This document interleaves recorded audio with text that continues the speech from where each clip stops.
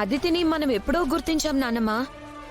కానీ గౌతమ్ గాడే గుడ్డిగా ప్రవర్తించాడు.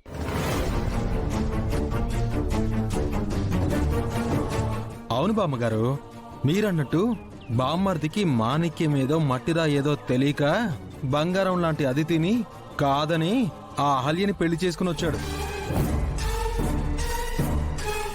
రారా, ఇప్పటికైనా అదితి ఎంత గొప్పదో, తన మనసు ఎంత మంచిదో అర్థం చేసుకో.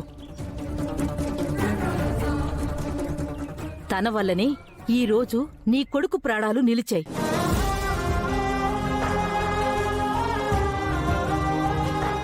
థ్యాంక్స్ అదితి.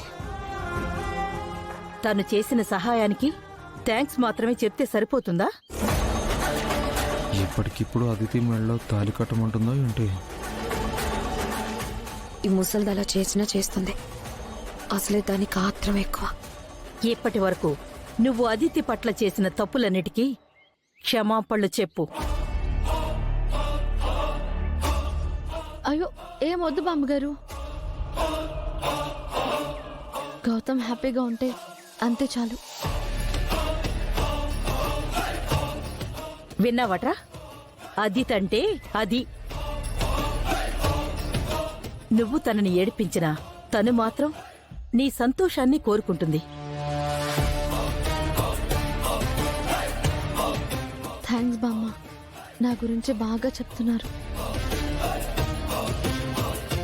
నీ చేతిలో ఆ లెటర్ ఏంట్రా? అహల్య ఇంట్లో నుంచి ఎందుకు వెళ్ళిందో నాకు లెటర్ రాసిపెట్టి వెళ్ళింది. అవునా బామ్మర్ది? అంతగా ఏం రాసిందా లెటర్లో? ఒకసారి టివ్వు చదువుతాను. అంతా నేనే చేశానని రాసి చచ్చిందో ఏంటో. ఛా, అంతా బాగునుకుందనుకుంటున్న టైంలో ఈ లెటర్ ఏంటి? అసలు ఆ లెటర్లో ఏం రాసుందో ఏంటో. ఏంటండి షాక్ అయ్యారు?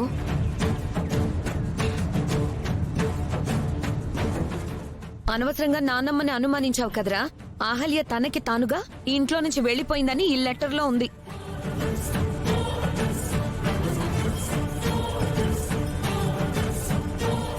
అయితే అది నా గురించి తప్పుగా ఏం రాయలేదన్నమాట. ఇప్పుడేమంటావురా? అది వెళ్ళిపోవడానికి నేనే కారణమని నన్ను నిందించావు. ఇప్పుడు నేను కారణం కాదని ఒప్పుకుంటావా?